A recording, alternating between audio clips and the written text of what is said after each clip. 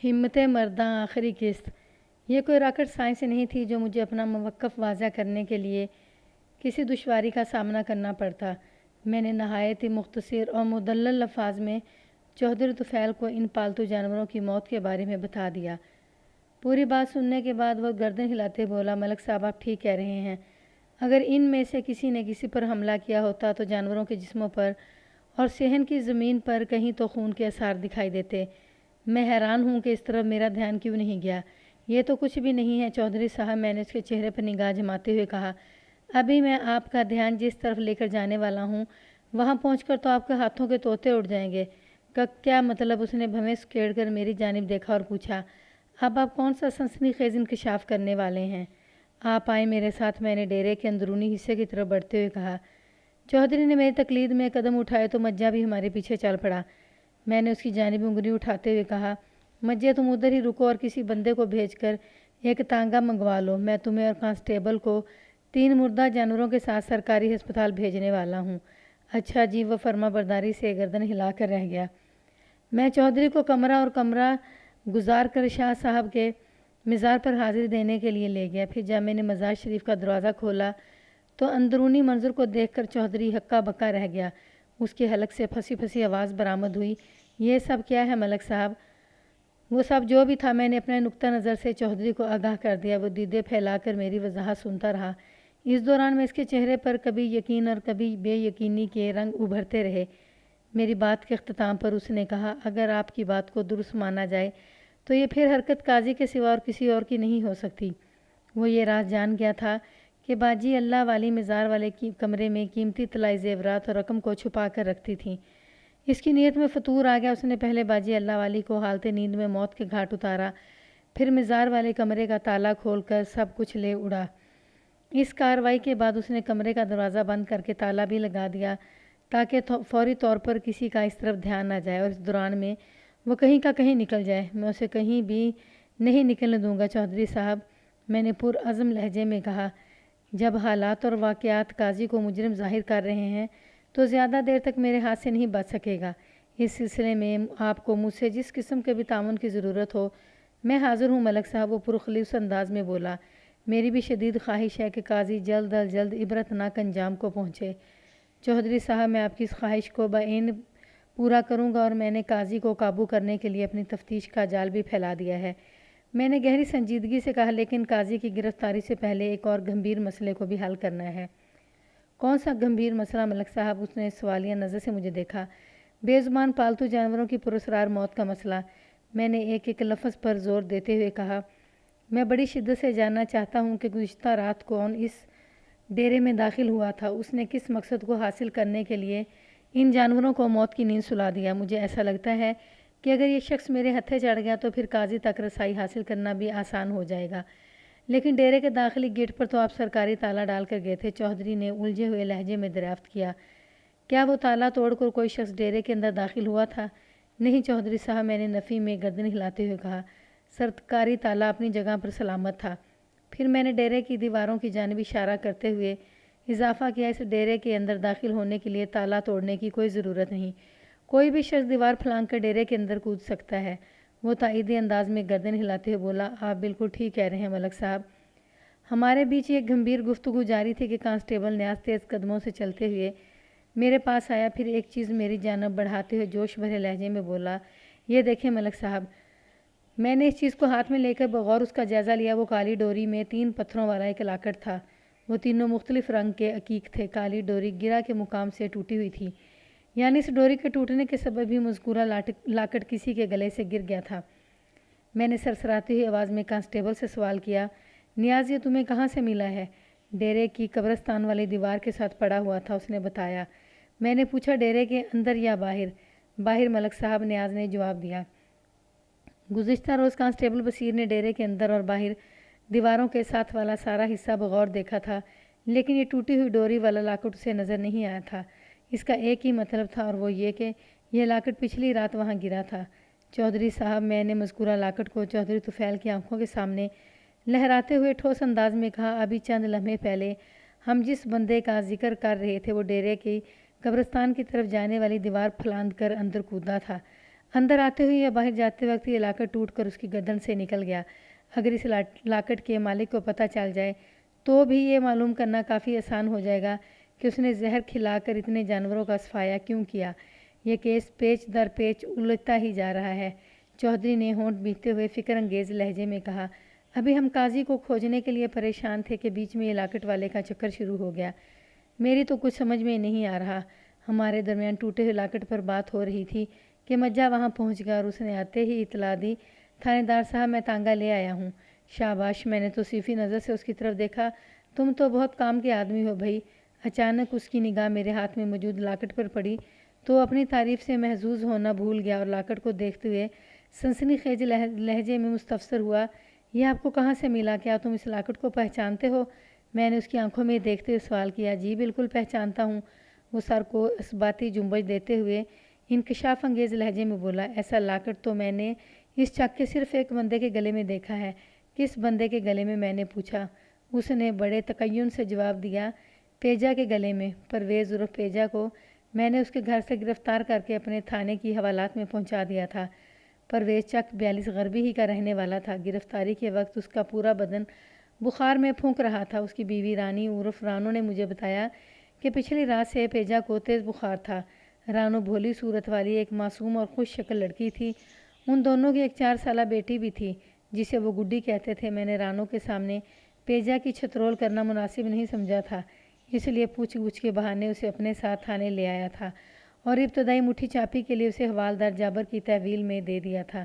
دیکھو پیجا، میں نے ادھر چک 42 میں تمہاری بیوی، تمہاری بچی اور تمہارے تیز بخار کی وجہ سے تمہاری درگت نہیں بنائی، لیکن یہاں ان میں سے کوئی ایک چیز بھی میرا راستہ نہیں روک سکتی۔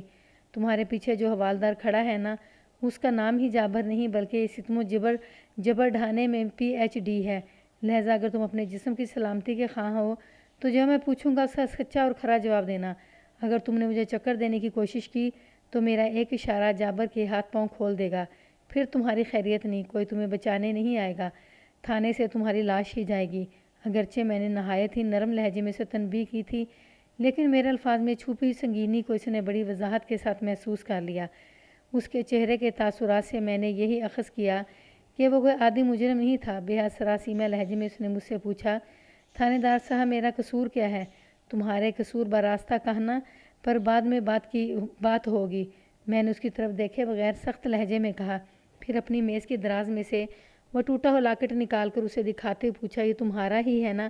نہیں جی ہاں، وہ بڑائے ہوئے لہجے میں بولا۔ مطلب تم یہ چاہتے ہو کہ میں جابر کو اشارہ کر دوں؟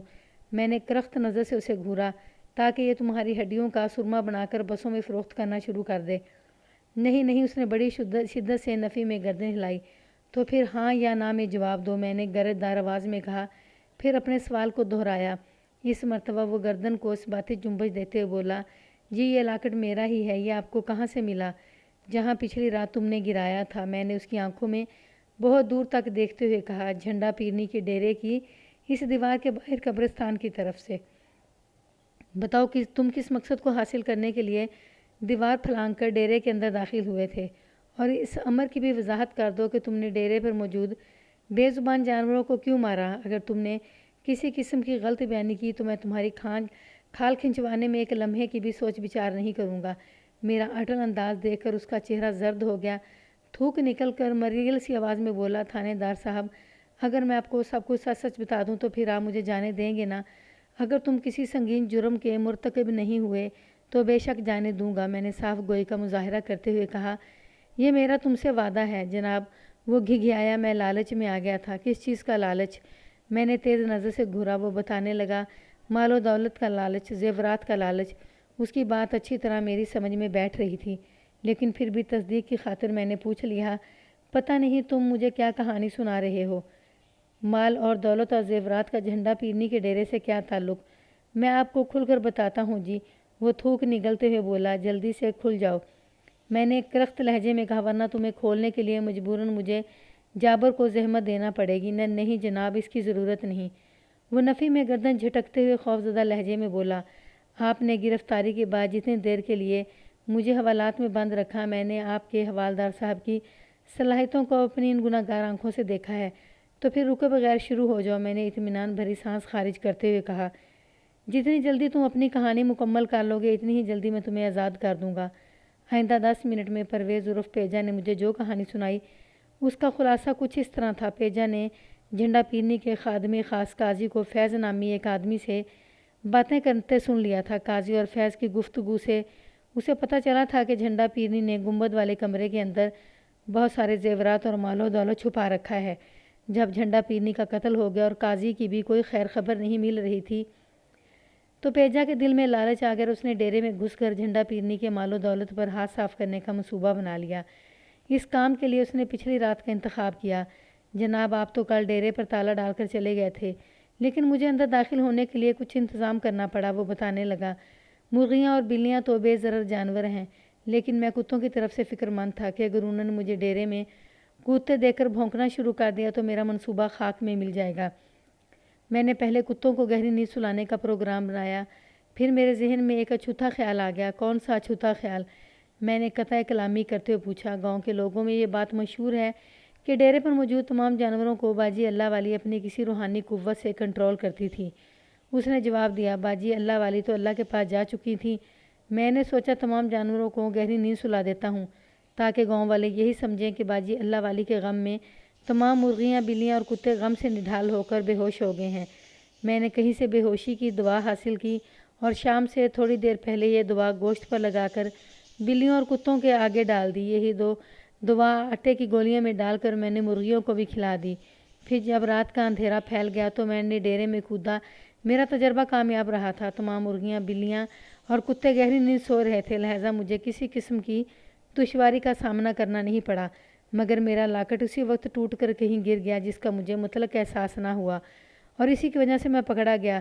گدھے کے بچے، تم نے وہ دوا کچھ زیادہ ہی مقدار میں ان بے زبان جانوروں کے شکم میں اتار دی تھی، اس لیے وہ گہری بے ہوشی سے آگے کی منزل پر پہنچ گئے۔ میں نے نفرت بھرے لہجے میں کہا، ان کی لاشیں اٹھانے میں 2-3 گھنٹے لگ گئے تھے، اور جہاں تک تمہاری گرفتاری کا معاملہ ہے نا۔ لمحاتی توقف کر کے میں نے ایک گہری سانس خارج کی، پھر اضافہ کرتے ہوئے کہا، یہ لاکٹ ملنا تو ایک اتفاق ہے، اگر تم پاتال میں بھی چھپ جاتے تو میں جلد یا بدیر تمہیں ڈھونڈ ہی لیتا۔ تمہیں اندازہ نہیں کہ قانون کے ہاتھ کتنے لمبے اور مضبوط ہوتے ہیں۔ وہ جابر کے ہاتھوں کی طرف دیکھتے ہوئے خوف زدہ لہجے میں بولا، مجھے اندازہ ہو گیا ہے تھانے دار صاحب، اسی لیے تو میں نے سچ بولنے کا فیصلہ کر لیا ہے۔ لگتا تھا جابر نے اس مختصر سے قیام کے دوران میں پیجا کی اچھی خاصی مہمانداری کر ڈالی تھی۔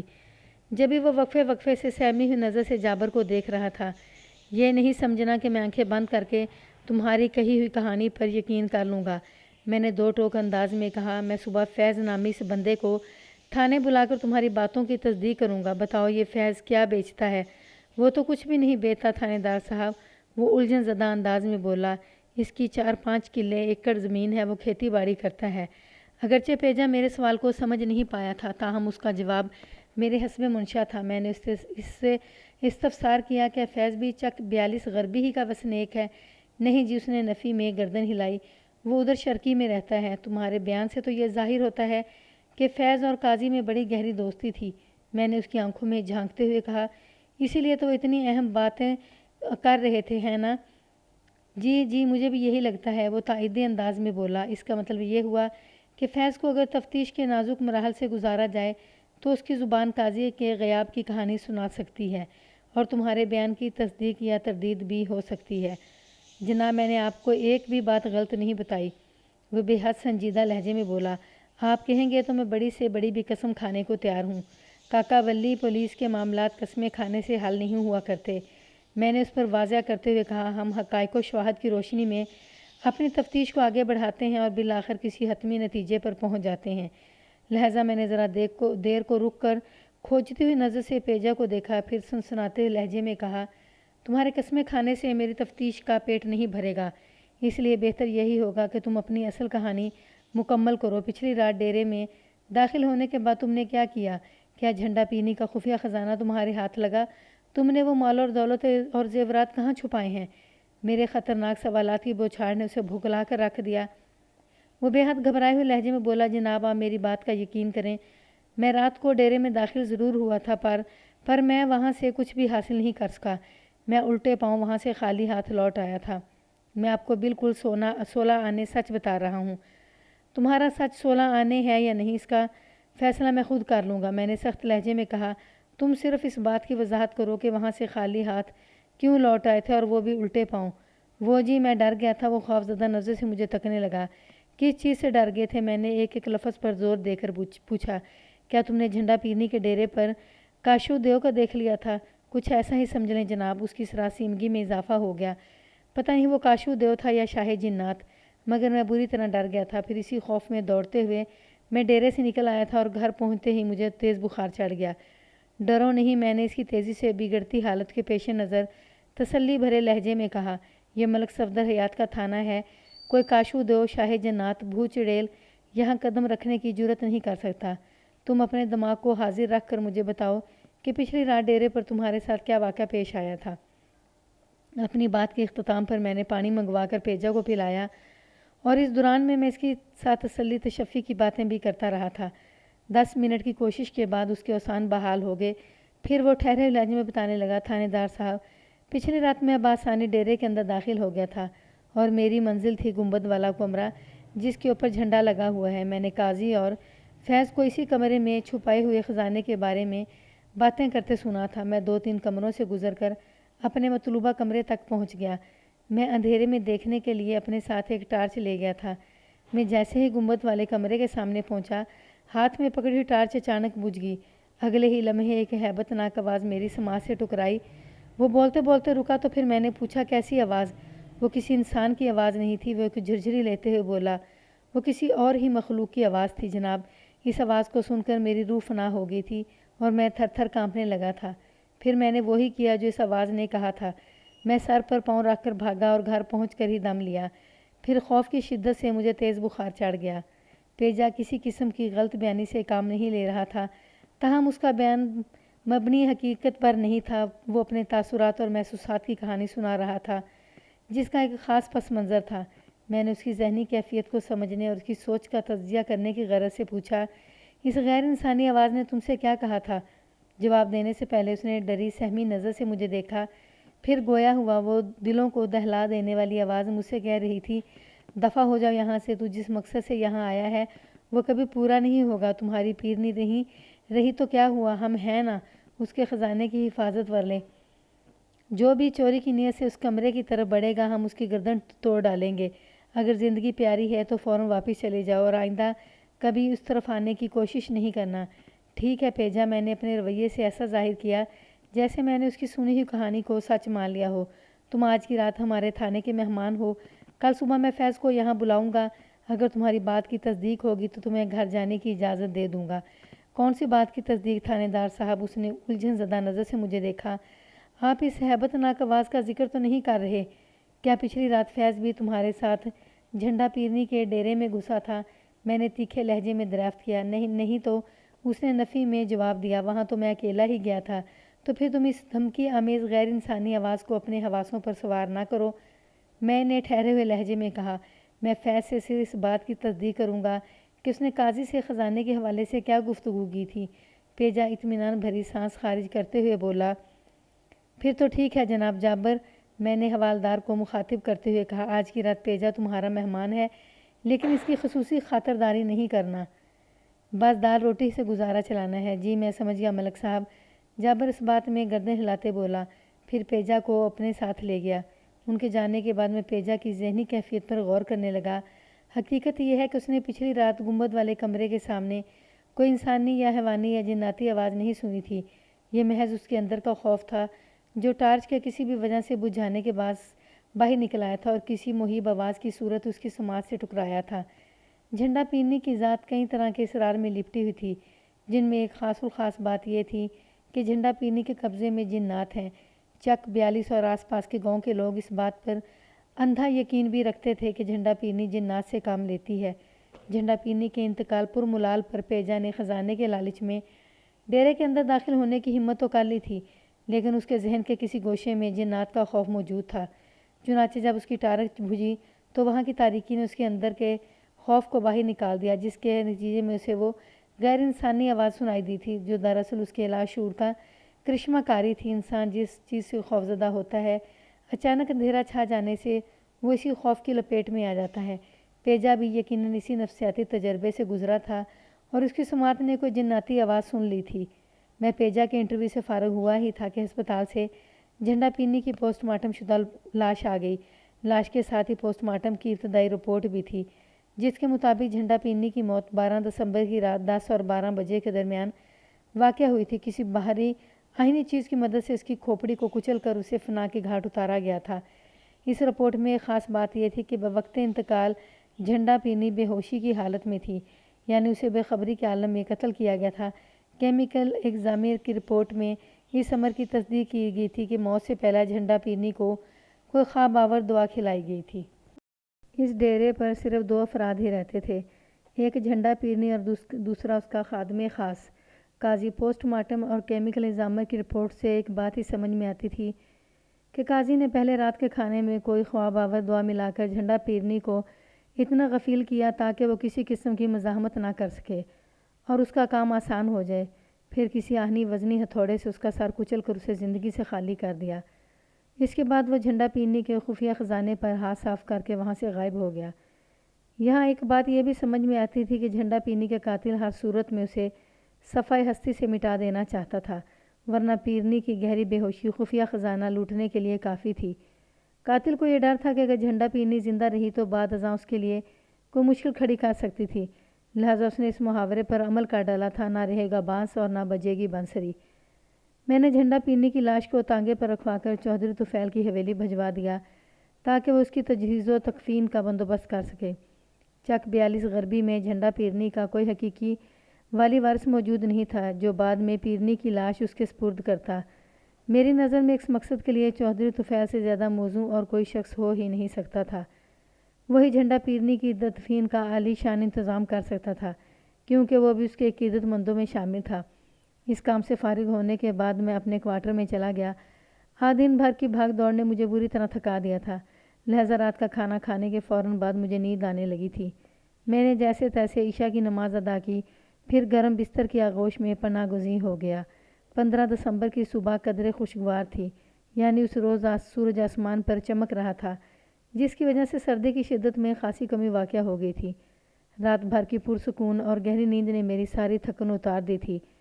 میں تیار ہو کر تھانے پہنچا اور کانسٹیبل بصیر کو اپنے پاس بلا کر ضروری ہدایات کے ساتھ چک 42 شرکی روانہ کر دیا تاکہ وہ فیض نامی اس شخص کو پکڑ کر تھانے لے آئے جس کا ذکر پیجا نے کیا تھا۔ مجھے یقین ہو چلا تھا کہ یہی فیض مجھے قاضی تک پہنچائے گا۔ تھوڑی دیر کے بعد ASI شاہ جیونا سے لوٹ آیا۔ میں نے آفتاب کو فوراً اپنے کمرے میں طلب کر لیا۔ اس کا چہرہ بجھا ہوا تھا۔ جب وہ میرے سامنے بیٹھ چکا تو میں نے پوچھا، ہاں بھائی، شاہ جیونا کی کیا خبریں ہیں؟ کیا قاضی کا کوئی اتا پتہ لگا؟ کوئی خبریں نہیں ہیں ملک صاحب، وہ مایوسی سے گردن ہلاتے ہوئے بولا۔ پچھلے 12 سال سے شاہ جیونا والوں نے قاضی کی شکل نہیں دیکھی۔ اوہ، میں نے ایک گہری سانس خارج کرتے ہوئے کہا، تم نے وہاں کے لوگوں کو جھنڈا پیرنی کی موت کے بارے میں تو بتایا ہوگا؟ جی بتایا تھا، وہ بے دلی سے بولا۔ میں حیدر علی شاہ اور نرگس کے خاندان کے بعض افراد سے بھی ملا ہوں۔ پھر ان کے کیا تاثرات تھے؟ میں نے اضطراری لہجے میں دریافت کیا۔ ان میں سے کسی کو نرگس یا حیدر شاہ سے کوئی دلچسپی نہیں ہے، ASI نے بتایا۔ وہ مجھے بہت ہی انا پرست اور ضدی لگے ہیں۔ ان کے خیالات کے مطابق حیدر شاہ اور نرگس ان کے لیے 12 سال پہلے ہی مر گئے تھے جب انہوں نے شاہ جیونا چھوڑا تھا۔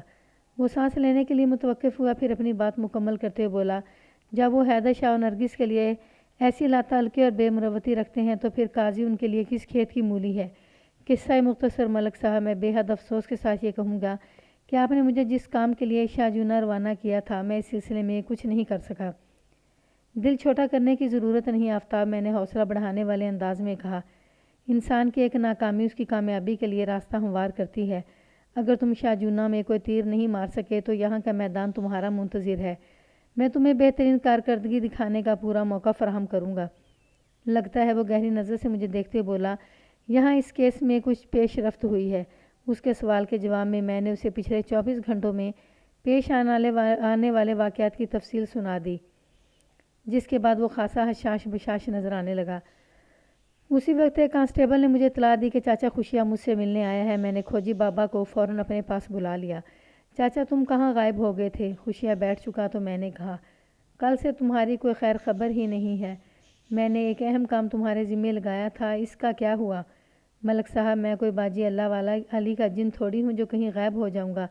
وہ خاصے توانا لہجے میں بولا، سرکار میں آپ ہی کے کام میں لگا ہوا تھا۔ رات کو جب میں واپس تھانے آیا تو آپ اپنے کوارٹر میں جا چکے تھے۔ میں نے آپ کے آرام میں خلل ڈالنا مناسب نہیں سمجھا اور اپنے گھر چلا گیا۔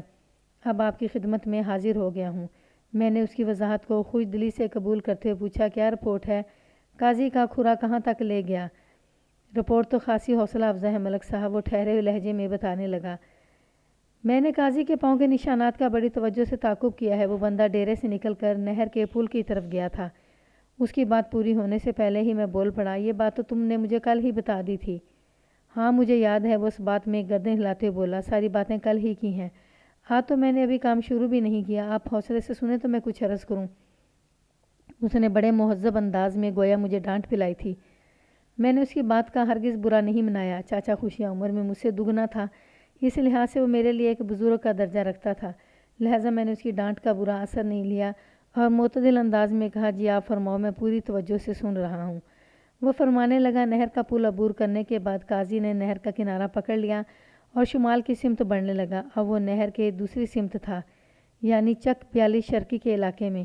لمحاتی توقف کر کے اس نے ایک گہری سانس خارج کی، پھر سلسلہ کلام کو جاری رکھتے ہوئے بولا، میں نے اس کے کھرے کو پکڑے رکھا۔ نہر کے کنارے تھوڑی دور چلنے کے بعد وہ دائیں جانب والے کھیتوں میں اتر گیا۔ یہ کھیت چک شرقی تک چلے جاتے ہیں۔ آپ جانتے ہیں کہ کھلی سڑک کی نسبت کھیتوں کے اندر سے کھرا نکالنا قدرے مشکل کام ہے۔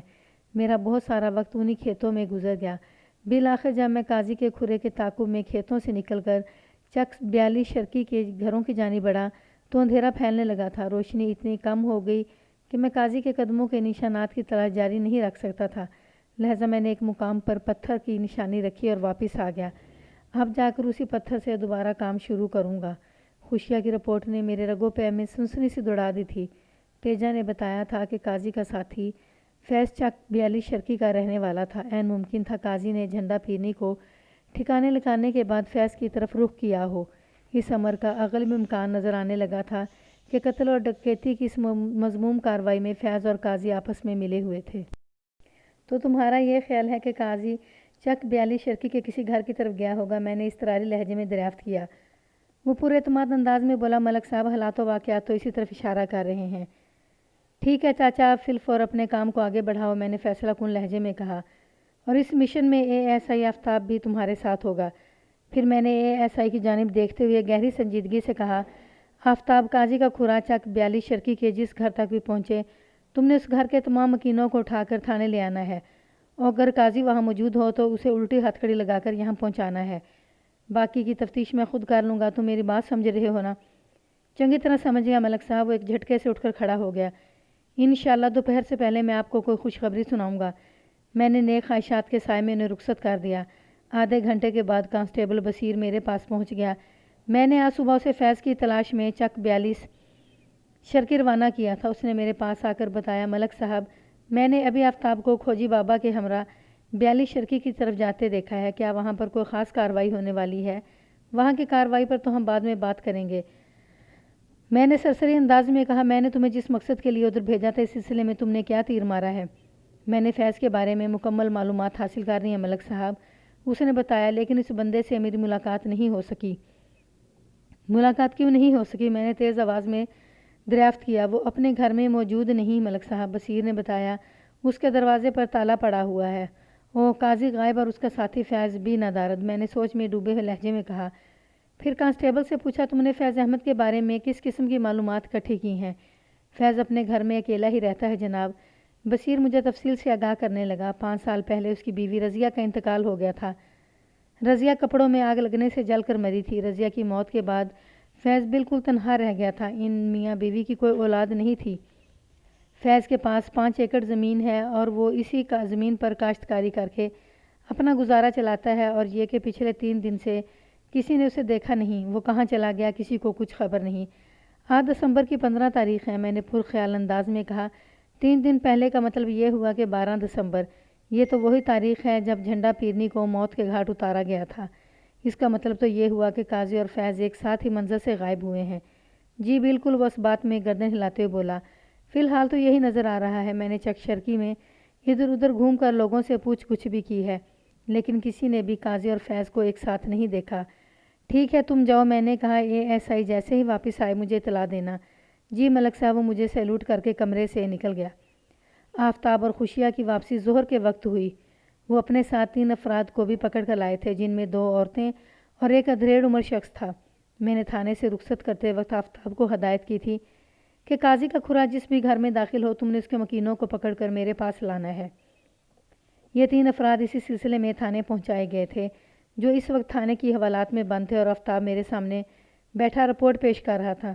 ملک صاحب، قاضی کا کھرا ہمیں فیض احمد نامی ایک شخص کے گھر تک لے گیا تھا، لیکن یہ کہ فیض کے دروازے پر تالا جھول رہا ہے۔ میں اس کی بات مکمل ہونے سے پہلے ہی بول اٹھا۔ وہ پچھلے 3 دن سے چک 42 شرکی کے کسی وسنیک کو نظر نہیں آیا، اور کوئی یہ بھی نہیں جانتا کہ وہ کہاں گیا ہے اور کب لوٹ کر واپس آئے گا۔ چک شرکی کے کسی باسی نے قاضی اور فیض کو ایک ساتھ نہیں دیکھا۔ میں غلط تو نہیں کہہ رہا؟ آپ بالکل درست کہہ رہے ہیں ملک صاحب۔ وہ ستائشی نظر سے مجھے دیکھتے ہوئے بولا۔ میری تحقیق بھی یہی کہتی ہے۔ یہ جو تم 3 بندوں کو پکڑ لائے ہو، ان کی کیا کہانی ہے؟ میں نے پوچھا۔ یہ فیض کے 2 طرفہ پڑوسی ہیں، اس نے جواب دے دیا۔ فیض کے گھر کی ایک جانب رحم دین اور اس کی بیوی خالدہ رہتے ہیں۔ رحم دین کی کریانے کی دکان ہے۔ فیض کے دوسرے پڑوس میں شادہ اور اعجاز رہتے ہیں۔ اعجاز مویشیوں کی خرید و فروخت کا کام کرتا ہے اور اکثر اسے گاؤں سے باہر جانا پڑتا ہے۔ پچھلے 1 ہفتے سے وہ چک شرکی میں نہیں ہے۔ میں شادہ کو پکڑ کر لایا ہوں۔ شادہ نے مجھے بتایا ہے کہ وہ فیض کی رشتہ دار بھی ہے، لیکن ان کا ملنا جلنا نہیں ہے۔ باقی کا انٹرویو آپ خود کر لیں جناب۔ ٹھیک ہے، تم پہلے رحم دین اور اس کی بیوی کو میرے پاس بھیجو، اس کے بعد شادہ کی باری آئے گی، میں نے کہا۔ اور ہاں، تم اب چھٹی کر لو، کل سے تم نے بڑی دوڑ دھوپ کی ہے، میں سمجھتا ہوں تمہیں آرام کی ضرورت ہے۔ آفتاب میرا شکریہ ادا کر کے رخصت ہو گیا۔ چاچا خوشیہ بھی میرے کمرے میں موجود تھا۔ ASI کے جانے کے بعد اس نے گمبھیر لہجے میں کہا، ملک صاحب، سمجھ میں نہیں آ رہا کہ قاضی کو آسمان کھا گیا یا اسے زمین نے نگل لیا ہے۔ میں نے اس کے کھرے کو فیض کے دروازے تک پکڑے رکھا، اس کے بعد کچھ پتہ نہیں چل رہا۔ اگر مجھے فیض کے گھر کے اندر داخل ہونے کا موقع مل جائے تو میں سراغ لگانے کی کوشش کر سکتا ہوں۔ میں تمہیں یہ ضرور موقع فراہم کروں گا، اور وہ بھی آج ہی۔ میں نے اس کی آنکھوں میں دیکھتے ہوئے کہا، تم تھوڑی دیر باہر بیٹھو، میں ذرا ان لوگوں سے بات چیت کر لوں، پھر ہم آئندہ کا لائحہ عمل تیار کرتے ہیں۔ جی اچھا ملک صاحب۔ یہ کہتے ہوئے وہ اٹھ کھڑا ہوا۔ میں نے رحم دین اور اس کی بیوی خالدہ کو اندر بلا لیا۔ ان کے 2 بچے تھے جنہیں وہ گھر میں چھوڑ کر آئے تھے۔ میں نے رحم دین اور خالدہ سے گھما پھرا کر کئی سوال کیے، لیکن ان کے جوابات سے یہی سمجھ میں آیا کہ وہ قاضی یا فیض کی روپوشی کے بارے میں کچھ نہیں جانتے تھے۔ میں نے انہیں جانے کی اجازت دے دی اور شادہ کو اپنے پاس بلا لیا۔ شادہ کی عمر لگ بھگ 30 سال رہی ہوگی۔ وہ مضبوط ہاتھ پاؤں کی مالک ایک تندرست و توانا عورت تھی۔ اس کے لیے خالصتاً پنجاب کی جٹی کے الفاظ استعمال کیے جا سکتے تھے۔ شادہ نے میرے سوالات کے جواب بھی کم و بیش رحم دین اور خالدہ جیسے ہی دیے۔ میں نے پوچھا، مجھے پتہ چلا ہے فیض احمد سے تم لوگوں کی کوئی رشتہ داری بھی ہے؟ رشتہ داری تھی، وہ برا سا منہ بناتے ہوئے بولی۔ رضیہ کی المناک موت کے ساتھ ہی سارے رشتے ناطے ختم ہو گئے۔ پچھلے 5 سال سے ہمارا میل ملاپ اور بات چیت بند ہے۔ تمہاری باتوں سے لگتا ہے رضیہ سے تمہارا کوئی جذباتی تعلق تھا۔ میں نے اس کی آنکھوں میں دیکھتے ہوئے سوال کیا۔ رضیہ میری چھوٹی بہن تھی تھانے دار صاحب، وہ بھرائی ہوئی آواز میں بولی، لیکن فیض نے اسے ایک دن بھی سکھ کا سانس نہیں لینے دیا تھا۔ پھر ایک روز اس نے خود کو آگ لگا کر اپنی زندگی کا خاتمہ کر دیا۔ اوہ، میں نے ہمدردی بھرے لہجے میں کہا، یہ سن کر مجھے بہت دکھ ہوا ہے، لیکن تمہیں پتہ ہے نا، پولیس والوں کو کسی کیس کے سلسلے میں اس نوعیت کی پوچھ گچھ کرنا پڑتی ہے۔ یہی سوچ کر تو میں آپ کے بندوں کے ساتھ تھانے آ گئی ہوں، وہ گھائل لہجے میں بولی، ورنہ فیض سے تو مجھے اس قدر نفرت ہے کہ میں اس کا نام سننا بھی گوارا نہیں کرتی۔ آپ کو مجھ سے جو بھی پوچھنا ہے جلدی پوچھ لیں، میں زیادہ دیر تک اس خبیث انسان کے ذکر کو برداشت نہیں کر سکتی۔ میں نے شادہ کی جذباتی کیفیت کے پیش نظر مزید 2-4 سوالات کے بعد فارغ کر دیا۔ فیض احمد اور قاضی کے بارے میں شادہ سے کسی قسم کی معلومات حاصل نہیں ہو سکی تھیں، تاہم میں نے اس سے فیض کے رشتہ داروں کے نام اور پتے پوچھ لیے تھے۔ اسی سپہر میں نے خوشیہ کے ساتھ چک 42 شرکی کا دورہ کیا اور وہاں کے لوگوں کی موجودگی میں دروازے کا تالا توڑ کر خوشیہ کو گھر کے اندر کا وزٹ کرایا۔ وہ 2 کمروں اور ایک برآمدے پر مشتمل عام سا چھوٹا سا گھر تھا، جس کے صحن کے بڑے حصے میں فیض نے مختلف سبزیاں لگا رکھی تھیں۔ خوشیہ نے گھوم پھر کر فیض کے گھر کا چپا چپا چھان مارا، لیکن اس گھر کے اندر اسے کہیں بھی قاضی کا کھرا نہیں ملا۔ بالآخر وہ اسی نتیجے پر پہنچا کہ قاضی فیض کے دروازے تک تو آیا تھا، لیکن اس کے گھر کے اندر داخل نہیں ہوا تھا۔ ان حالات میں یہی فرض کر لیا گیا تھا کہ عین ممکن ہے فیض گھر سے باہر نکل کر قاضی سے ملا ہو، اس کے بعد وہ کہیں چلے گئے ہوں، لیکن باوجود ہزار کوشش کے بھی ان کی وہاں سے روانگی کا کھرا دستیاب نہیں ہو سکا، گویا ان دونوں کا غیاب ایک معمہ بن کر رہ گیا تھا۔ میں نے 2 ہوشیار قسم کے اہلکاروں پر مشتمل 3 پولیس ٹیمیں تشکیل دیں اور انہیں شاداں کے فراہم کردہ پتوں پر فیض کی تلاش میں روانہ کر دیا۔ چک جھمرا، احمد پور، شرکیہ، ڈج کوٹ، نارووال، مرید کے، میلسی اور چک سندھو کی طرف جانے والی تمام ٹیمیں ناکام و نامراد واپس لوٹ آئیں۔ انہیں کہیں سے بھی فیض احمد کی خیر خبر نہیں ملی تھی۔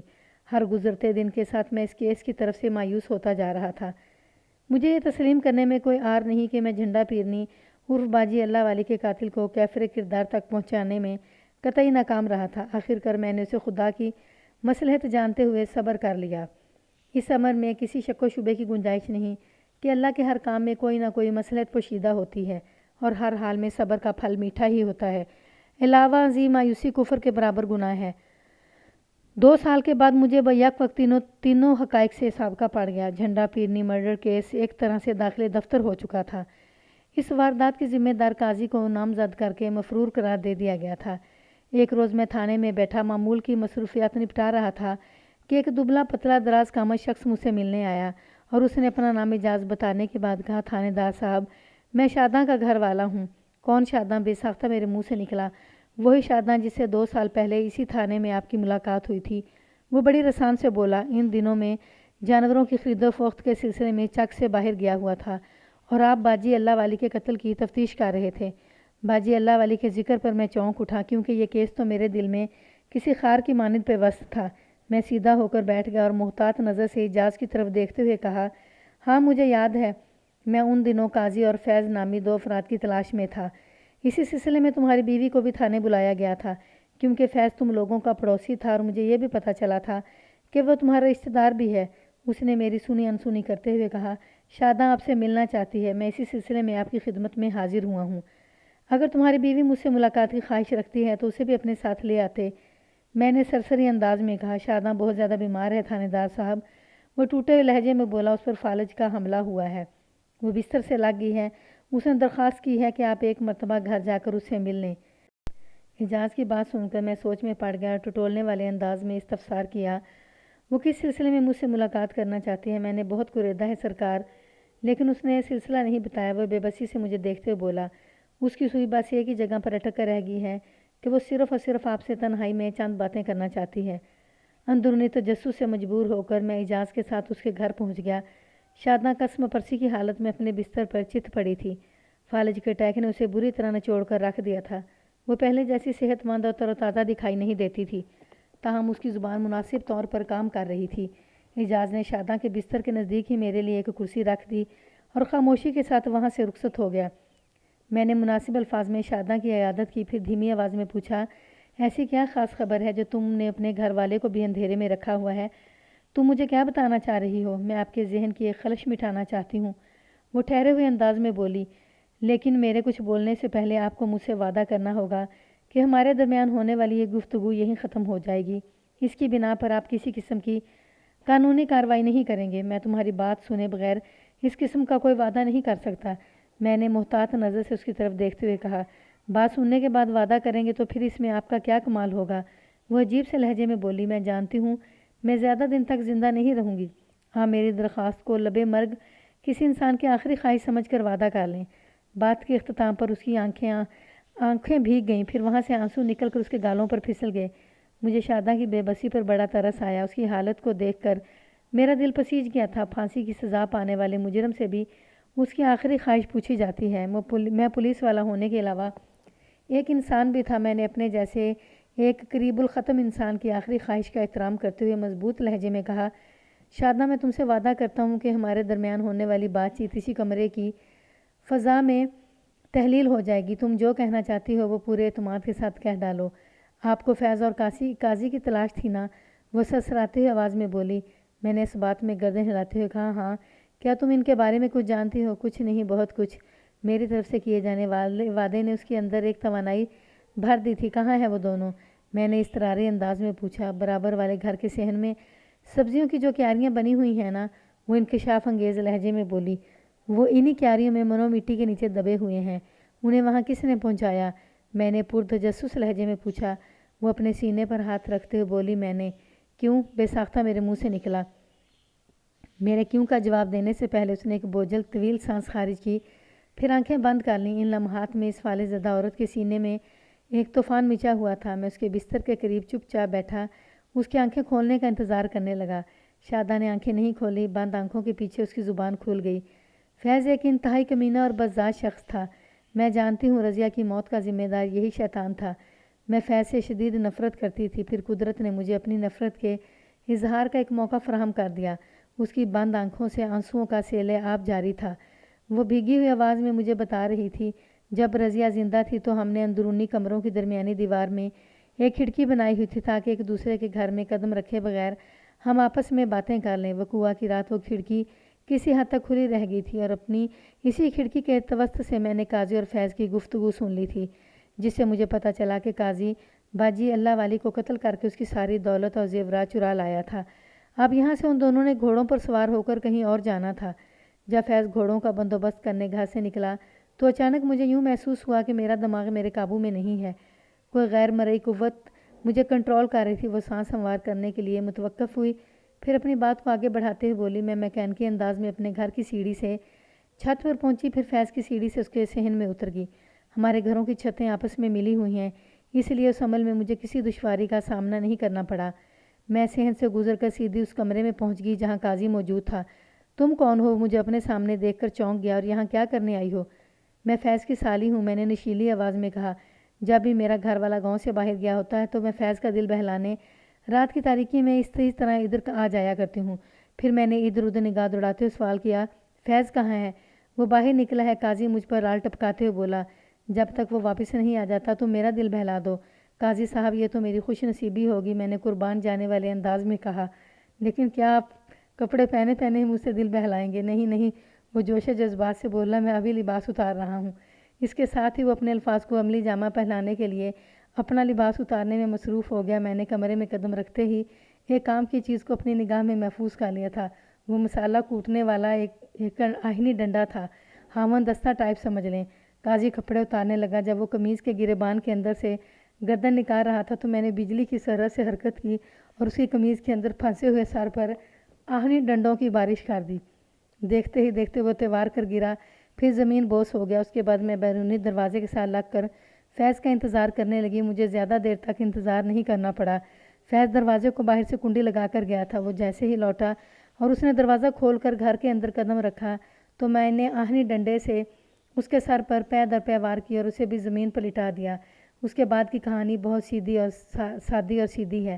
میں نے صحن والی کیاریوں کے چند پودے ہٹائے اور نرم زمین کو کھود کر کوئی گز بھر گہرا گڑھا تیار کر لیا۔ پھر ان دونوں کی لاشوں کو گڑھے میں پھینک کر اوپر سے مٹی برابر کر کے وہ چند پودے بھی دوبارہ لگا دیے جو تھوڑی دیر پہلے میں نے وہاں سے ہٹائے تھے۔ آخری کام کے طور پر میں نے فیض کے گھر کے دروازے پر باہر سے تالا ڈال دیا تاکہ یہی لگے کہ وہ کہیں گیا ہوا ہے۔